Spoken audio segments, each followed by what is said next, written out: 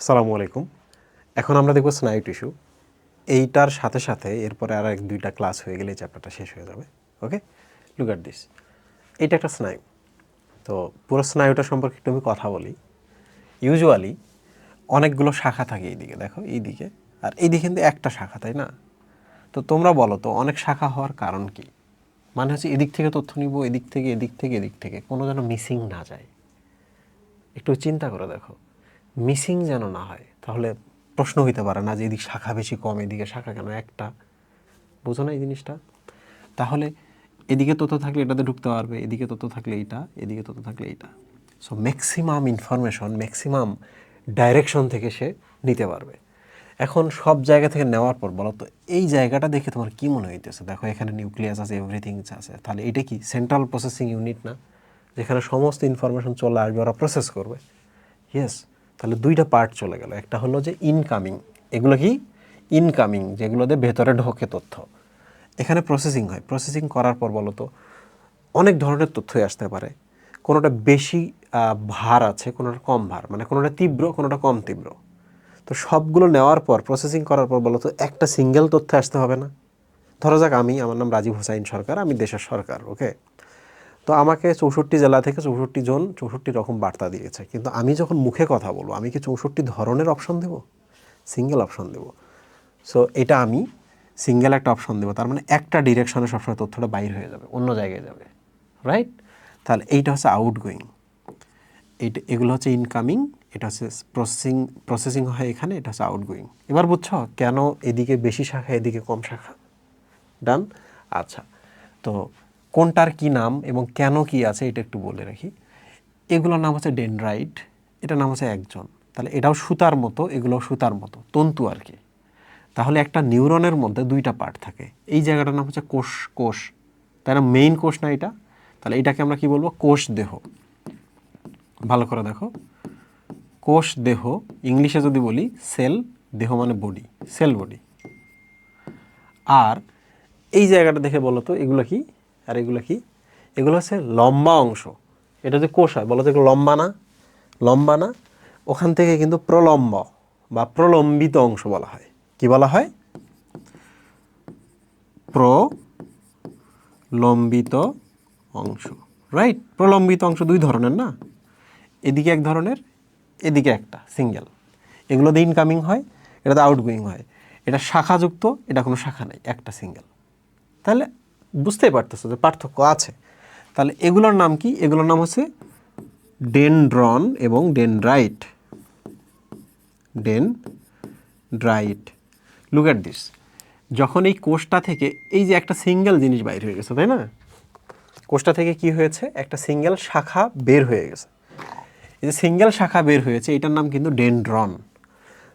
ডেনড্রনের নামের মধ্যে কিন্তু অন আছে। তোমরা কি জানো অন মানে কি? অন মানে হচ্ছে সিঙ্গেল, অন মানে হচ্ছে ইউনিট, অন মানে ইউনিট। তাহলে এটা কি সিঙ্গেল না? এই জায়গাটা দেখো তো, প্রলম্বিত একটা পার্ট না, এখানে একটা পার্ট না, এখানে একটা পার্ট না। তাহলে অন মানে হচ্ছে সিঙ্গেল। এই জিনিসটা ভালো করে মনে রাখবা, ফিউচারে বহুতবার কাজে লাগবে। আজকে আমি দেখাবো তোমাদের কিছুক্ষণের মধ্যেই যেটা আবার কাজে লাগছে। So this is dendron. আর ডেনড্রন থেকে যে শাখাগুলো বের হয়েছে এগুলোকে আমরা বলবো ডেনড্রাইট। ডেনড্রাইট। এই জন্য দেখো এই প্রলম্বিত অংশ, এই প্রলম্বিত অংশ, এগুলোর নাম হচ্ছে ডেনড্রন আর এগুলোর নাম হচ্ছে ডেনড্রাইট। এই দেখো ডেনড্রন, ডেনড্রাইট আমি দিয়েছি। এবার দেখো এই অনের কিন্তু আবার সেকেন্ড ব্যবহারটা দেখো। এইটার নাম কি বলো তো? একজন, তাই না? ইংলিশে দিই একজন। দেখছো অন, অন মানে কি? সিঙ্গেল। তাহলে এখানে একটা সিঙ্গেল শাখা আছে, দ্যাট ইজ কল একজন। প্রিয় বন্ধুরা, আমরা যে পার্থক্য চিন্তা করি, এইটা দিয়ে উদ্দীপনা ঢোকে, এগুলোতে উদ্দীপনা বের হয়। এটা শাখা আছে, এটা শাখা নাই, রাইট? আর একটা ইন্টারেস্টিং জিনিস দেখো, এটার উপরে একটা আবরণ আছে, বুঝছো? এই আবরণটা কি জানো? চর্বি দিয়ে তৈরি। এই আবরণটা কি দিয়ে তৈরি? চর্বি দিয়ে তৈরি। তোমাদের বইয়ের মধ্যে এখানে নাই, ফিউচার আমরা পাইতে পারি। চর্বি দিয়ে তৈরি, যেটাকে আমরা বলি মায়েলিন আবরণ। মায়েলিন আবরণ। আবরণকে বলা হয় শীত। শীত, শীত মানে হচ্ছে আবরণ। মায়েলিন শীত, দন্ত স দীর্ঘই থ, মায়েলিন শীত, চর্বির আবরণ। মাঝে মাঝে দেখছো একটু গর্ত আছে, এই যে দেখো একটু গর্ত আছে এই জায়গাটা, এই জায়গায় কোনো চর্বির আবরণ নাই। সাদা যেটা আছে ওইটার উপর দেখো ইয়েলো কালারের চর্বি নাই ওই জায়গায় বলা হয় র্যানভিয়ারের নোড। র্যানভিয়ার একটা নাম, একজনের নাম। নোড মানে হচ্ছে ধরো উঁচু নিচু জায়গা, right? So this is Ranvier node. উদ্দীপনা কি হয় জানো? এখান থেকে উদ্দীপনা যখন এখানে আসে, এখান থেকে লাভ দিয়ে এখানে আসে, এখান থেকে লাভ দিয়ে এখানে আসে, এখান থেকে লাভ দিয়ে এখানে আসে। তোমাদের মনে প্রশ্ন হতেই পারে, ভাইয়া এই চর্বিগুলো এখানে কেন থাকে? চর্বিগুলো এখানে কেন থাকে? চর্বিগুলো থাকার একটা গুরুত্বপূর্ণ কারণ আছে। তোমরাই বলো তো, তোমাদের বাসার সামনে ইলেকট্রিসিটির লাইন দেখছো না, কারেন্টের পিলারের উপরে? তো গাছের ডাল পড়তে পারে, পাখি বসতে পারে, মানুষ বসতে পারে, যে কোনো মোমেন্টে অ্যাক্সিডেন্ট হতে পারে, পারে না? তাহলে দেখবা লোকালয়ে যে কারেন্টের তারগুলো যায়, এগুলোর উপর একটা হচ্ছে অপরিবাহী, কারেন্ট অপরিবাহী একটা কালো আবরণ দেওয়া থাকে। তো তুমি বলো তো, কোনো ইনফরমেশন যদি এই রাস্তা দিয়ে আসে, এখানে যদি চর্বির আমি আবরণ দিই, চর্বির যদি আমি এখানে আবরণ দিই, তাহলে কি ইনফরমেশনটা কি ভেতরে কি গোপন থাকতেছে না? কারণ মাথার মধ্যে এত স্নায়ু কাছাকাছি এমনভাবে থাকে যে এইটাকে যদি আমি আলাদা না করি, চর্বির আবরণ না দিই, এটাকে যদি আবরণ না দিই, তাহলে এটা দেখো গায়ে লাগতেছে, তাহলে তথ্য এখান থেকে এখানে যাবে, এলোমেলো হয়ে যাবে, মানে শর্ট সার্কিট হয়ে যাবে এবং তোমার মাথা গরম হবে এবং তুমি পাগল হয়ে যাবে। তাহলে চর্বিরও দরকার আছে জীবনে, আছে কি না? তাহলে চর্বি এত ভয় পাওয়া যাবে না, ভালো চর্বি কিন্তু শরীরের জন্য ভালো। ওকে, আচ্ছা, তো আমরা পেলাম, আমি আরেকবার বলি, দিস ইজ কোষ দেহ, আর এগুলোর নাম হচ্ছে লম্বা বা প্রলম্বিত অংশ। এইটার এই পার্টটার নাম হচ্ছে ডেনড্রন, শাখাগুলোর নাম হচ্ছে ডেনড্রাইট, এটার নাম হচ্ছে একজন। আমি আবার বললাম, অন মানে সিঙ্গেল। সো দিস ইজ একজনের এই গর্তগুলোর নাম হচ্ছে র্যানভিয়ারের নোড, আর আবরণগুলোর নাম হচ্ছে মায়েলিন শীথ। এগুলো চর্বি দিয়ে তৈরি হয়, আর এখানে গেছে শেষ হয়েছে তথ্য, এখান থেকে এখানে, এখান থেকে এখানে, এখান থেকে হয়ে যে পাশে বের হচ্ছে। এখন দেখো উপরে যে স্নায়ু, মানে এই স্নায়ু থেকে যদি পরের স্নায়ুতে তুমি তথ্যটা নিতে চাও, দেখো এই স্নায়ুটার একজনটা এই জায়গায় এসে শেষ হয়েছে না? আবার এই স্নায়ুটার দেখো ডেনড্রাইটটা এই জায়গায়, তার মানে এখানে একজন, এখানে ডেনড্রাইট, মাঝখানে একটা ছোট্ট গ্যাপ আছে। একবারে যে লাগা থাকবে তা না, একটু গ্যাপ থাকবে। ট্রেন লাইনের যেমন গ্যাপ থাকে না, কাটা কাটা থাকে কিছুক্ষণ পর পর, ওইরকম একটা গ্যাপ থাকে। গ্যাপ সহ এই জায়গাটাকে মানে একজন, গ্যাপ, পরেরটা ডেনড্রাইট, এই তিনটাকে একসাথে বলে সিন্যাপস। কি বলা হয়? সিন্যাপস শব্দের অর্থ হচ্ছে সংযোগ। দেখো সিন শব্দের অর্থ কিন্তু টুগেদার। ধরা যাক 10 জন মেয়ে নাচতেছে, একই স্টেপ করতেছে। তোমরা জানো এই নাচের স্টেপটার নাম কি? একসাথে একই স্টেপ টুগেদারলি একই স্টেপ করতেছে, এটাকে বলে সিনক্রোনাইজড ডান্স। তা সিন মানে হচ্ছে টুগেদার, সবাই মিলে একই স্টেপ দিবে, তাহলে সিন্যাপস। তাহলে এই পার্টটাকে বলা হচ্ছে সিন্যাপস, যেখানে একদিকে থাকবে একজনের শেষ প্রান্ত, আর একদিকে থাকবে ডেনড্রাইডের শুরুর প্রান্ত, আর মাঝখানে একটা ছোট্ট গ্যাপ থাকবে। এই তিনটা সব কিছু মিলাই এটার নাম হচ্ছে সিন্যাপস। সিন্যাপস মানে টুগেদার, মানে এই স্নায়ু এবং এই স্নায়ু ওই জায়গায় একসাথে হয়েছে, টুগেদার হয়েছে, সিন্যাপসে তথ্য পারাপার হয়। তো বন্ধুরা, এখানে দেখি বইয়ের মধ্যে কোনো ইনফরমেশন আছে কিনা যে এটা আমাদের পড়া উচিত। হ্যাঁ, একটা জিনিস আছে, বহুভুজাকৃতি। দেখো একটা কোষ এইরকম যদি হয়, বৃত্তাকার, ডিম্বাকার, কিন্তু এখানে দেখো কোষটা বহুবাহু আছে, তাই না? 2 নম্বর দেখো নিউক্লিয়াস যুক্ত। হ্যাঁ, নিউক্লিয়াস থাকতে হবে, খুবই গুরুত্বপূর্ণ জিনিস, কারণ স্নায়ুকে বহুত কাজ করতে হয়, নিউক্লিয়াস না থাকলে কাজ করতে পারবে না। বাপ না থাকলে কি বাড়িতে কোনো রান্না হবে, কাজ হবে না। তারপর হচ্ছে সক্রিয় সেন্ট্রিওল থাকে না বলে কোষ বিভাজন হয়। এটা একটা ইম্পর্টেন্ট প্রশ্ন, এমসিকিউতে আসতে পারে যে নিউরন কেন বিভাজিত হয় না। শোনো, ফিউচারে বড় হলে শিখবা যে কিছু নিউরন বিভাজিত হয়। সো যাই হোক, এই লাইনটা মনে রাখতে হবে, সক্রিয় সেন্ট্রিওল, অ্যাক্টিভ সেন্ট্রিওল নাই। সেন্ট্রিওল ভিডিওটা দেখে নিবা যে কেমনে সেন্ট্রিওল কোষ বিভাজনে সাহায্য করে। তো সক্রিয় সেন্ট্রিওল থাকে না বলে বিভাজিত হয় না। এবার চলে আসি আমরা, কোষ দেহের চারদিকে শাখাযুক্ত প্রলম্বিত ডেনড্রন থাকে, শাখাগুলোকে বলে ডেনড্রাইট। এটা শিখলাম, একজন আছে, একটিমাত্র একজন, সিন্যাপস বুঝলাম।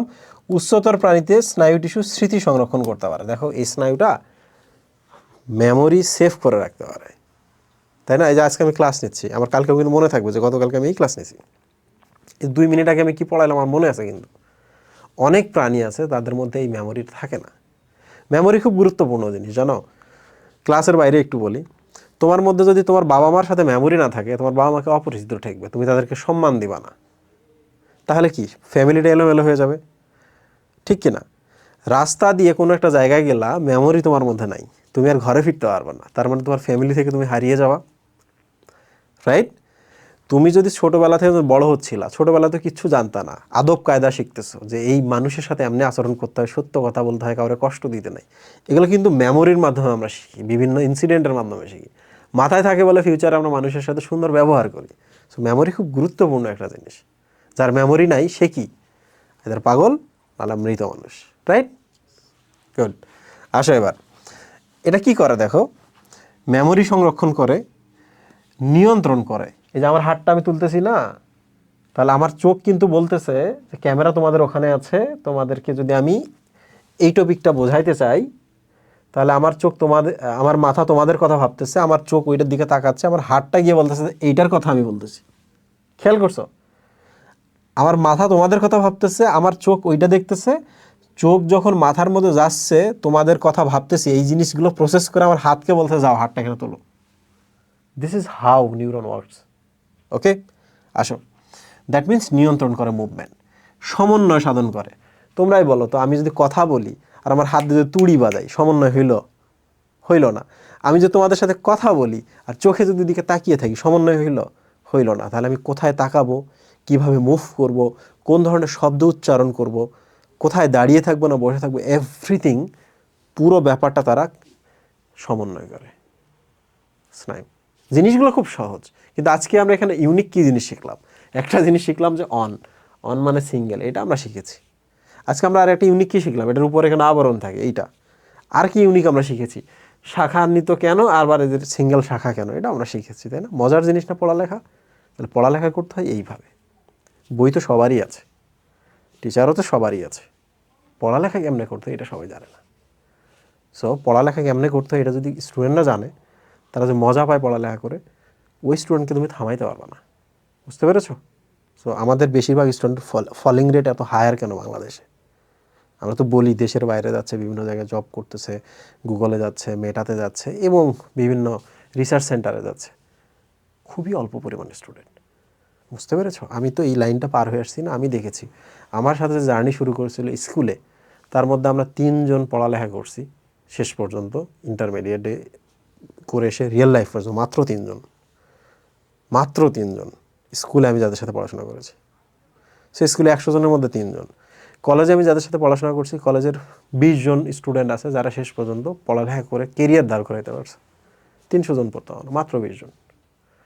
তো তুমি একবার চিন্তা করো, 5-7%, তার মানে তোমরা যারা আজকের এই ভিডিওটা দেখতেছো, তাহলে তোমরা যদি সবাইকে আমি একটা স্যাম্পল সাইজ চিন্তা করি, তোমাদের মধ্যে 90% পড়ালেখাটাকে লাইফে কাজে লাগাইতে পারবে না।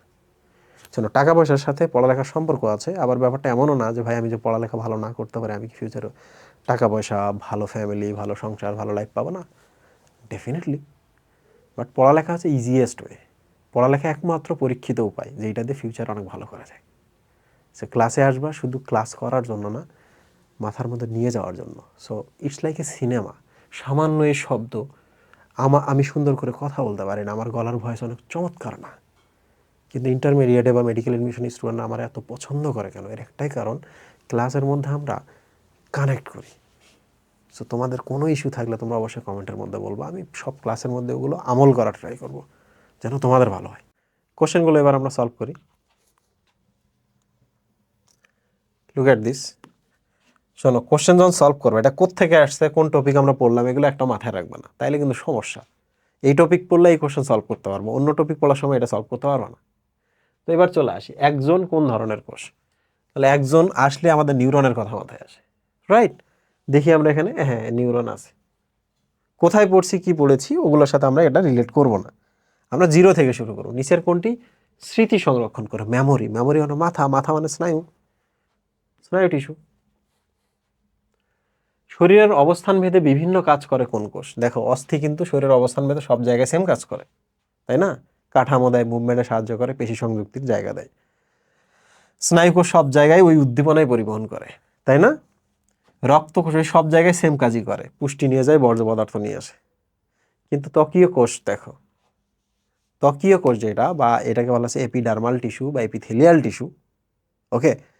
এইটা কোনো জায়গায় ঘাম নিঃসরণ করে, কোনো জায়গায় হরমোন নিঃসরণ করে, কোনো জায়গায় হচ্ছে সিলিয়া থাকে, কোনো জায়গায় ফ্লাজেলা ওখান থেকে ক্রিয়েট হচ্ছে, তাই না? তো বিভিন্ন জায়গায় সে বিভিন্ন কাজ করে, কোনো জায়গায় গ্রন্থি হিসাবে কাজ করছে। সো এখানে সবচেয়ে ইম্পর্টেন্ট পার্ট হলো এই যে এটা এপিডার্মাল টিস্যু বেসিক্যালি শরীরের বিভিন্ন জায়গায় বিভিন্ন টাইপের কাজ করে। সবচেয়ে ডাইভার্স সেল কিন্তু এপিডার্মাল সেল। থ্যাংক ইউ সবাইকে। এরপরে আমরা এই টপিক শুরু করব।